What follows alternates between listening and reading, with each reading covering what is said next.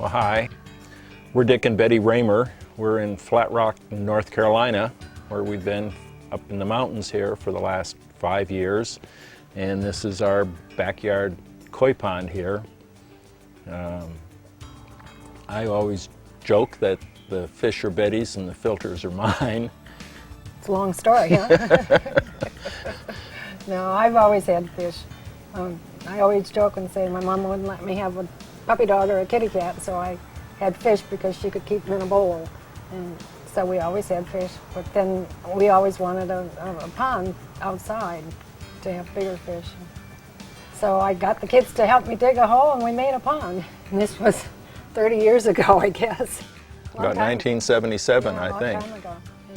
Yeah, I only knew goldfish. I'd never seen a koi before. And we had this 1,000-gallon pond that the kids and I dug, and the goldfish just sort of evaporated in there. And so somebody, I guess it was out of Lily Ponds in Maryland, told us about koi. And we brought home some koi, and so now it's just mostly koi. Well, when we first got our koi, and with the goldfish too, we really didn't know what we were doing, and the fish would get sick, and we didn't know anything.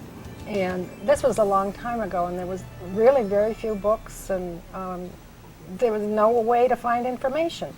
And so I decided I needed to find other people that knew how to do all this, and I decided to start a koi club, and took flyers and put them all over in the garden shops and everything. And this is in Washington, D.C. This is in Washington, and then, I don't even remember how we met John File and Joe Zaritsky up in Pennsylvania. But John put an ad in the Koi USA, is anybody out there? And you responded to that. I responded, and John File was going through the same thing that I was going through, and knew he needed to get with other people. And so he really started MAKC. And Joe Zaritsky was raising koi then, and selling. And John knew him. And that was how we started MAKC. You went to the first meeting with 7 people there at the first meeting. Yeah, there were 7 people. And it just snowballed. We found people, and it just came and found us, I guess.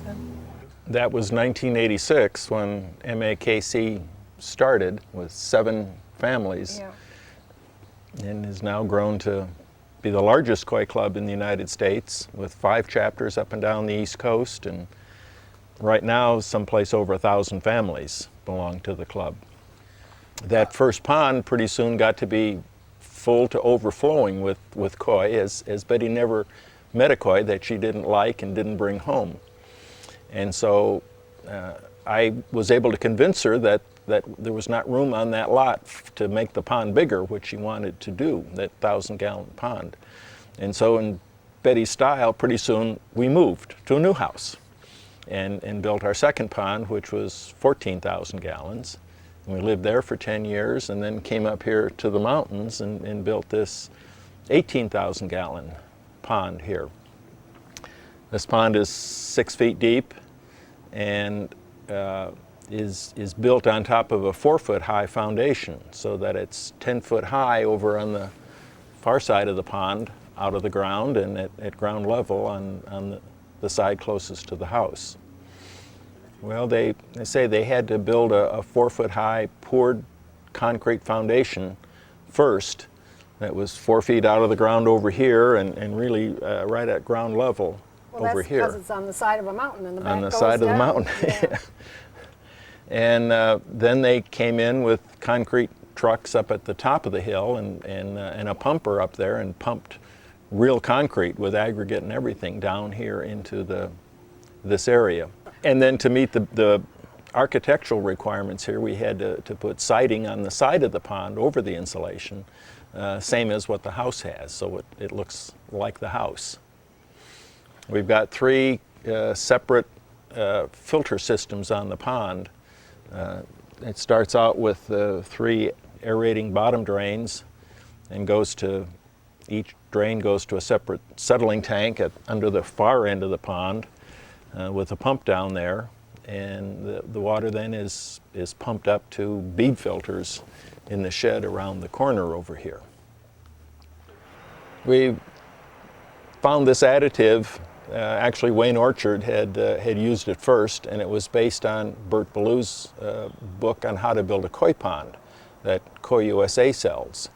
And nobody around here knew about this additive. We got the additive finally and had it put in the shotcrete as the concrete was shot into the pond. Because of that, because it is waterproof, there's no lining on the inside of the pond. Normally, concrete ponds have a plaster lining, which would slowly erode in a koi situation. So this has none of that. It's just pure concrete with the waterproofing agent. Sort of an interesting story on that. We went up to the local swimming pool store and asked for an acid demand kit to do the curing of the concrete. And the swimming pool store had no idea what I was talking about in asking for an acid demand kit. So I went to the local Walmart and bought one and brought it home. The waterproofing agent also acts as a hardening agent for the concrete. And it turned out that the acid demand regime was almost nothing. We added just a very little bit of the acid, as the acid demand test results tell you to do, and when we followed them, but there was almost nothing to add. This concrete is so hard that almost nothing leached out, and when they were building it and putting the insulation around the sides, they put furring strips up to hold the insulation. They had a hard time drilling into the concrete to put the insulation up, the furring strips for the insulation. It really has worked out just real well. We've been real pleased with it. We brought bead filters down from our pond in Virginia and bought all the fixtures, all the koi related fixtures, and told the builder then how we wanted them put in, how we wanted the plumbing run.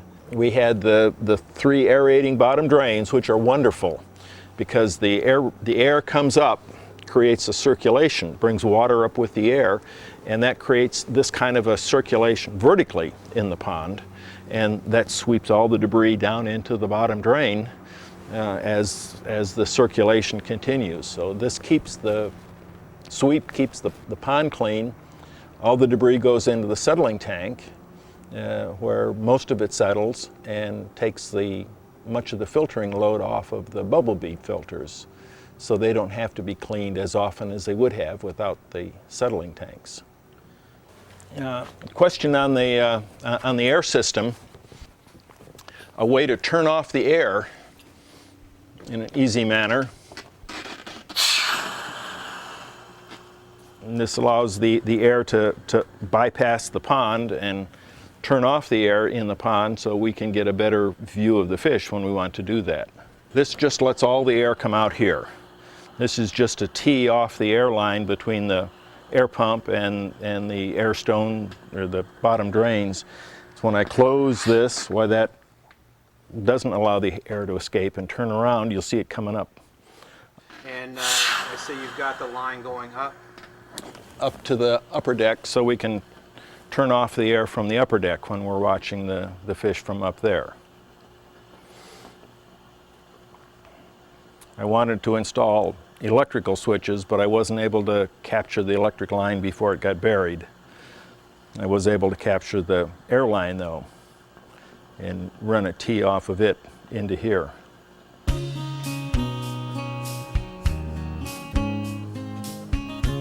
Well, it's me. I worry about the fish getting hurt, and the regular skimmer has an open door on it, and the fish can go in there looking for food that would be sucked into the skimmer, and I had a couple fish get injured, and so we have a kind of a heavy plastic crisscross mesh thing that we just put on the front of the skimmer, and the skimmer then can't suck leaves in, but it can suck all the rest of the debris in.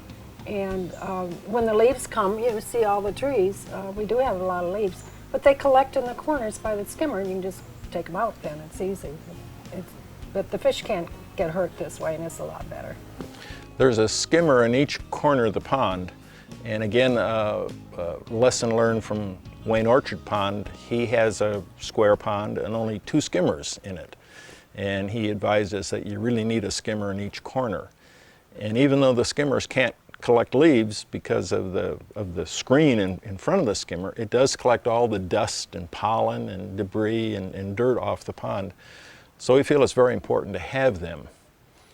Well, one problem with raccoons, though, if you have a shallow area where a raccoon can stand by the edge of your pond and put his hand in the pond, he can scratch the fish. And so our ponds are all straight sides. They go straight down deep, so that, well, the heron can't wade in it, and the raccoon can't stand there either. Both those guys like to stand in the water to do their dirty business of catching fish. And so our ponds deliberately are built deep on the sides so that they can't do that.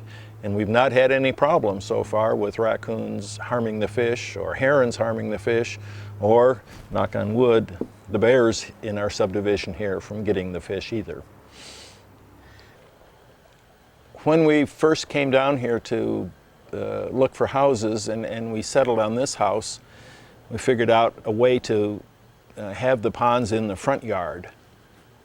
And we had a landscape architect draw up a sketch of what Betty wanted to do with the front yard ponds, and we put that in the offer to purchase as a condition of purchase, that we get approval from the community association here to build those ponds as we wanted to build the ponds. And because it was in the offer to purchase the house, it was speedily approved. Well, then when we moved into the house, Betty figured out that she really wanted the pond in the backyard too. So, and that we better build this pond first, or else the machinery might not be able to get back here if we built the front yard's ponds first. So this was the first pond built, and it was 9 months after we moved in before we could move the fish into here. And they lived in a 16-foot diameter above ground swimming pool that filled up the 2-car garage for the first 9 months that we lived here in the house. This pond is shotcrete, of course, as we've been talking about. The 2 front yard ponds are liner ponds. There's a double EPDM liner there. They dug very wide shelves, about 2 feet down from where the pond level was going to be, to put the very large rocks in place there, and then brought the liner up behind the rocks. And they had pretty large machinery in there to move the rocks in. They did the goldfish pond first, driving over the area where the front yard koi pond is now. And after they dug the goldfish pond and put all the rocks in, then they backed up and dug the goldfish, or the koi pond. Again, putting the big rocks and putting in the 2 big waterfalls around the koi pond. The 2 ponds look like they are one body of water. Actually, there is a cinder block wall between the 2 ponds. The water lilies are in with the goldfish, and the wall keeps the koi from getting in with the water lilies and tearing them up and digging them up and eating them up, as koi love to do. They love to root in the dirt and pull up the plants and just make an awful mess. So we have only koi in the front yard pond with no plants, and of course there's no plants back here in the back pond. I think it's because we've made so many nice friends. It's a time for us to see all our friends that we couldn't see otherwise. And I really look forward to it. Koi have a strange way of following Betty home from the shows too. Oh yeah. We've hardly gone to a koi show that somebody hasn't followed Betty home to add to the collection here. Well, now that we live, in the mountains here, we don't have any koi dealers here, and so it's a nice opportunity for me to be able to buy good fish at the shows. And koi food. And koi food, and filters, and all that other good stuff. Well, we just lost our oldest fish. How old was she? We 20, had 22? 22 years old, and she had skin cancer, and her time came, and it was a shame. But we've got, I don't know how many other fish that are just about as old as she was, and we brought the fish with us when we moved from Virginia. We brought 78 fish down from Virginia in 5 trips, 2 of them hauling U-Haul trailers with fish to get them all down here. We have fish from most all of the AKCA seminars we've gone to. We've got fish from almost every koi show we've ever been to. We've got Fish from 2 trips to Japan. fish from 2 trips to Japan. So they've come from all over. Most of them have been bought small. It's fun to watch them grow up. You know, everybody always asks that, which is the most valuable fish, or which is your favorite fish? And I think we like them all, if they're pretty. Not, you know, the funny little freckly things we don't care for, but we like them all. I've always been partial to the Showas and have tried to find nice specimens of Showas, both in Japan and from the dealers around here. We have a lot of kohakus. When we've gone to Japan, we've seen wonderful ponds where 3/4 of the fish were kohakus and maybe 1 yellow ogon in the pond and a few sankes and a few Showas. And so we've sort of got that here in our pond here. You know, one of the fish I like real well is that yellow one with the Matsuba scales on it, where each scale is sort of outlined. I like that, when you can see that. You've had that fish probably 20 years, Oh, I haven't had you? it. Yeah, that was one of the first ones we got.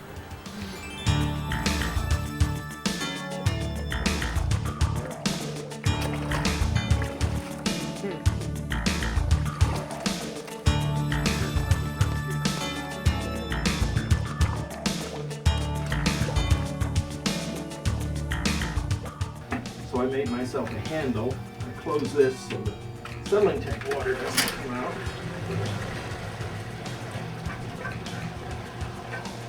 And then we're able to empty the settling or purge the bottom of the settling tank for a couple days. So let's see what we find here. With the clear pipe tells me exactly when I'm done.